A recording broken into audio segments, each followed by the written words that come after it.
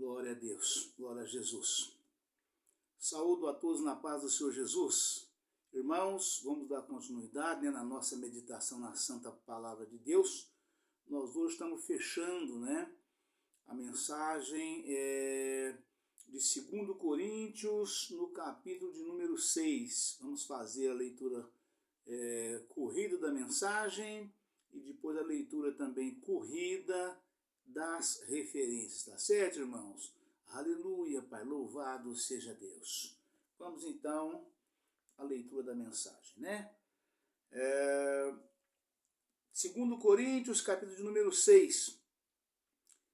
O título da mensagem é A Abnegação de Paulo em seu ministério. E nós, cooperando também com ele, nos exortamos a que não recebas a graça de Deus em vão. Porque diz, ouvi-te em tempo aceitável e socorri-te no dia da salvação. Eis aqui agora o tempo aceitável, eis aqui agora o dia da salvação. Não dando nós escândalo em coisa alguma, para que o nosso ministério não seja censurado.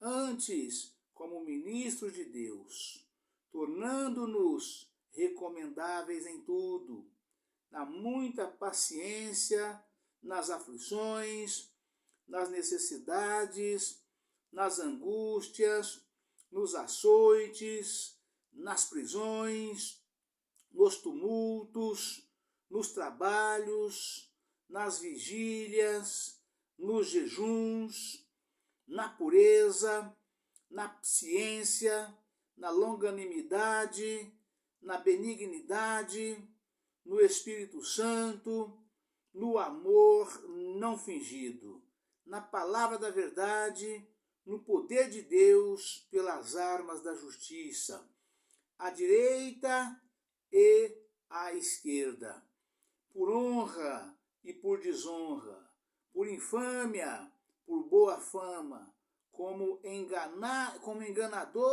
e sendo verdadeiros. Aleluia, Pai, louvado seja Deus.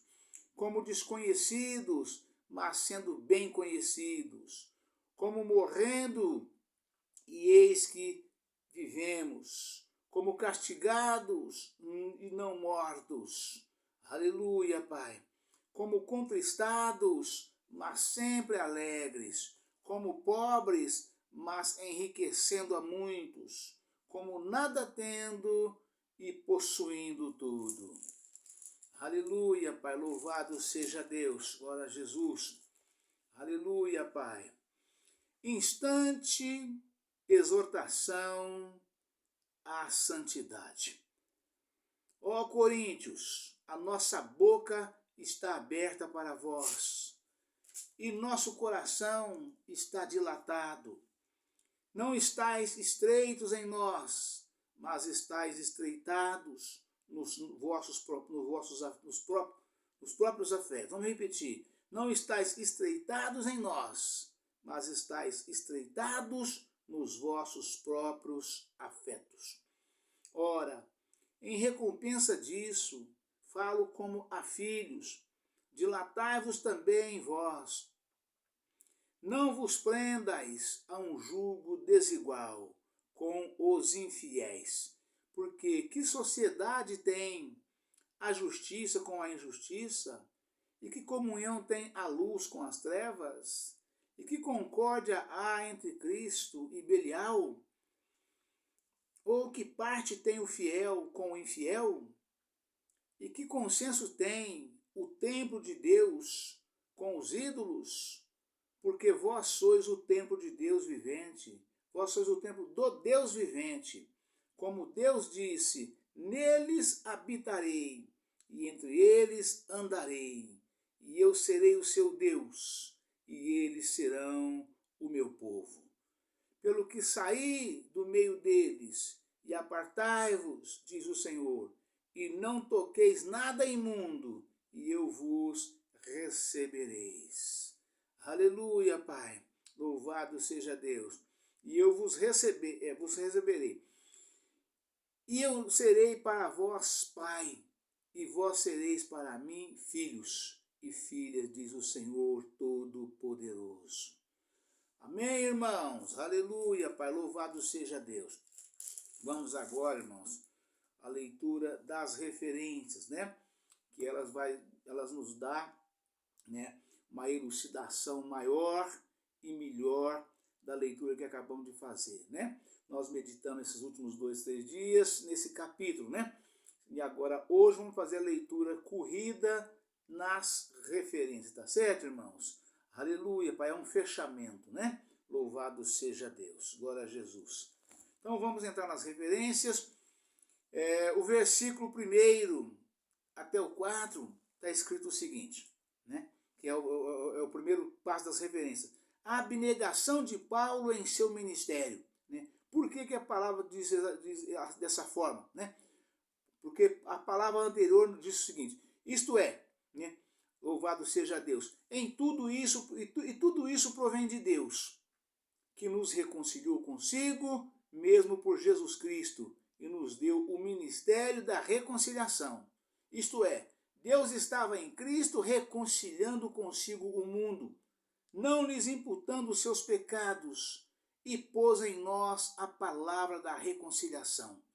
De sorte que somos embaixadores da parte de Cristo, somos de Deus por nós, é como se Deus por nós rogasse. Rogamos-vos, pois, da parte de Cristo, que vos reconcilieis com Deus. Aleluia, Pai, louvado seja Deus. Só para dar aquele que não conheceu o pecado, o fez pecado por nós, para que nele fôssemos feitos justiça de Deus. Esse finalzinho aqui, irmãos, do capítulo número 5, né? Essa mensagem que eu acabei de ler agora, essa palavra aqui, essa elucidação é porque Cristo, né, esta recomendação que nos foi dada pelo Espírito Santo através da boca de Paulo, né, é porque Jesus, né, nasceu e veio ao mundo para a salvação da humanidade. E todo o tempo que Jesus, né, implantou, que ele gastou para implantar, né, de forma resumida, né, e digamos assim, de forma profissional, né, o plano de salvação, durou 3 anos. Né? Jesus começou a fazer, já mostrar quem ele era já muito cedo, né? Quando aos 12 anos, né, naquela festividade das bodas de Canaã ali, que ele foi perdido para trás. Depois de 3 dias de caminho, os pais dele deu falta dele e voltaram para procurar onde Jesus estava. Jesus tinha 12 anos de idade. Ele estava exatamente no meio dos doutores, disputando com eles, né, as leis, né, de um modo geral, né, mas ele estava ali fazendo exatamente, já dando a primeira demonstração de que ele era o verdadeiro Filho de Deus, de forma diferente daquilo que as pessoas pensavam. Disputando com os doutores, né, e não perdia em nada. Todas as perguntas que eles faziam para ele, ele respondia, e as inquisições que ele fazia, eles também respondiam, porque eram doutores, né? Mas a demonstração ali não era ele humilhar os doutores, e sim os doutores ver, né, o valor que ele tinha, quem ele era, que era uma pessoa diferente. E Jesus não tinha cursado nenhuma escola, Jesus não estudou, né? Mas o ministério dele começou aos 30 e foi até aos 33. Então Paulo está falando aqui exatamente porque Deus, né, o Pai, o Filho, né, e o Espírito Santo, os três é uma só pessoa, né? São 3 pessoas num só, né? E Deus já estava com Jesus, o Pai estava no Filho ali, em todo esse período que ele trabalhou fazendo, implantando o plano de salvação de Deus, né? Que diz isso aqui, ó, exatamente o que a gente acabou de ver, né? E tudo isto provém de Deus, que nos reconciliou consigo mesmo por Jesus Cristo e nos deu o ministério da reconciliação.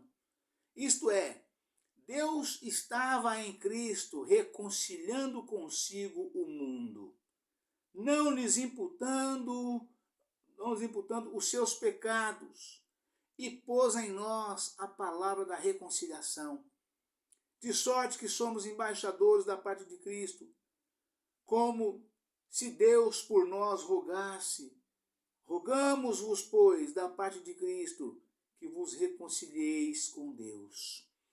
Aquele que não conheceu o pecado, o fez pecado por nós, para que nele fôssemos feitos justiça de Deus. A abnegação de Paulo em seu ministério. E nós, cooperadores, também como ele, vos exortamos a que não recebais a graça de Deus em vão, porque diz, ouve-te em tempo aceitável, né? E socorri-te, né? Ouvi-te em tempo aceitável e socorri-te no dia da salvação, né? Eis aqui agora o tempo aceitável, eis aqui agora o dia da salvação. Aleluia, Pai, louvado seja Deus, né? Glória a Jesus. E não dando nós escândalo em coisa alguma, mas que o nosso ministério não seja censurado, né? E a palavra sai do primeiro versículo e diz, não recebas a graça de Deus em vão, usando como referência essa menção. Paulo cria indubitavelmente que era possível o crente receber a graça de Deus, experimentar a salvação e depois, por causa do descuido espiritual ou de viver em pecado deliberado, abandonar a fé e a vida do Evangelho e voltar a perder-se. Todos devem ser exortados a se reconciliarem com Deus e a receber a sua graça. Aqueles que recebem a graça de Deus devem ser exortados a não recebê-la em vão. Nas aflições, 6,4, nas aflições, nas angústias, nota sobre o sofrimento de Paulo. Como pobres, 6,10, não é uma contradição para o Evangelho quando um cristão verdadeiramente dedicado e financeiramente pobre. Vou repetir, porque parece um contrassenso, né? Como pobres, não é uma contradição para o Evangelho quando um cristão verdadeiramente dedicado é financeiramente pobre. Paulo afirma que possuía poucos bens deste mundo, mas como servo de Deus, tornava outros espiritualmente ricos. Aleluia, Pai. Louvado seja Deus. Glória a Jesus. Julgo desigual com os infiéis. 6,14 a seguir. Diante de Deus, há apenas duas categorias de pessoas. Vou repetir. Diante de Deus, há apenas duas categorias de pessoas. As que estão em Cristo e as que não estão. Ver o estudo, 3 classes de pessoas. Página 1738. O crente, portanto, não deve ter comunhão ou amizade íntima com incrédulos, porque tais relacionamentos corrompem sua comunhão com Cristo. Neste contexto estão as sociedades nos negócios, as ordens secretas, maçonaria, namoro e casamento com incrédulos. A associação entre o cristão e o incrédulo deve ser o mínimo necessário à convivência social ou econômica, ou como intuito de mostrar ao incrédulo o caminho da salvação. A palavra nos instrui aqui, irmãos, que o nosso relacionamento, né, do cristão, do verdadeiro crente com os ímpios tem que ser o mínimo necessário. Precisa, é necessário, né? Mas tem que ser somente o mínimo necessário, né? A palavra nos alerta dizendo: o crente, portanto, não deve ter comunhão ou amizade íntima com incrédulos, porque tais relacionamentos corrompem sua comunhão com Cristo. Neste contexto estão as sociedades, nos negócios, as ordens secretas, maçonaria, namoro e casamento com incrédulos. A associação entre o cristão e o incrédulo deve ser o mínimo necessário à convivência social ou econômica, ou com o intuito de mostrar ao incrédulo o caminho da salvação. Ver o estudo, a separação espiritual do crente, página 1779, né? Versículo 6 e 16 a seguir: o templo de Deus com os ídolos. Paulo apresenta um forte argumento no sentido de um crente nascido de novo, sendo o templo de Deus e do Espírito Santo. João 14, 23, 1 Coríntios capítulo 6, versículo 19, ver o estudo O Templo de Salomão, página 666. Não poder ser habitado por demônios. Aleluia, Pai, louvado seja Deus. Os ídolos, tanto no Antigo Testamento quanto no Novo Testamento, representavam demônios. Deuteronômio capítulo 32, versículo 17. 1 Coríntios capítulo 10, versículo 20 ao 21. Ver o estudo, a idolatria e seus males. Página 1446. Vou repetir essa menção aqui porque ela é de fundamental importância, né? Ver o estudo do Templo de Salomão, né? Paulo apresenta um forte argumento no sentido de um crente nascido de novo, sendo o templo de Deus e do Espírito Santo,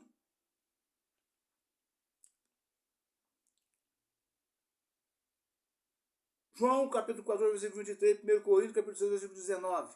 Ver o estudo, o Templo de Salomão, página 1666. Não poder ser habitado por demônios. Os ídolos, tanto no Antigo Testamento como no Novo Testamento, representavam demônios. Deuteronômio, capítulo 17, versículo 32, versículo 17. 1 Coríntios, capítulo 10, versículo 20 ao 21. Ver o estudo, a idolatria e seus males, página 446. Logo, a pior forma de profanação no Antigo Testamento era colocar ídolos no próprio templo de Deus. Aleluia, Pai. 2 Reis, capítulo 21, versículo 7 ao versículo 7. 2 Reis, capítulo 11. 2 Reis, capítulo 21, versículos 7, 11 e 14. Semelhantemente, nunca devemos profanar nosso corpo, a habitação do Espírito Santo, permitindo aos demônios ter acesso a ele. Confira no verso 15, onde Belial refere-se a Satanás. Ver também Lucas 10, 19, nota. 2 Timóteo, capítulo 2, versículo 20, 25 ao 26. 1 João, capítulo 4, versículo 4. 1 João, capítulo 5, versículo 18.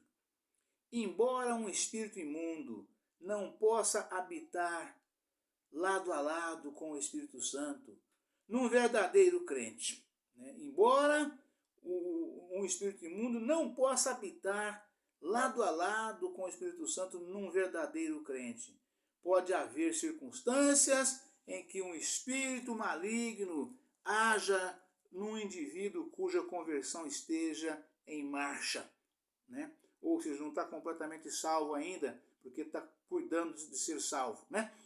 Não está ainda selado com o selo do Espírito Santo, né?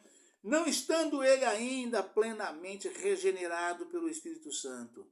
Ver o estudo, a regeneração, página 1576.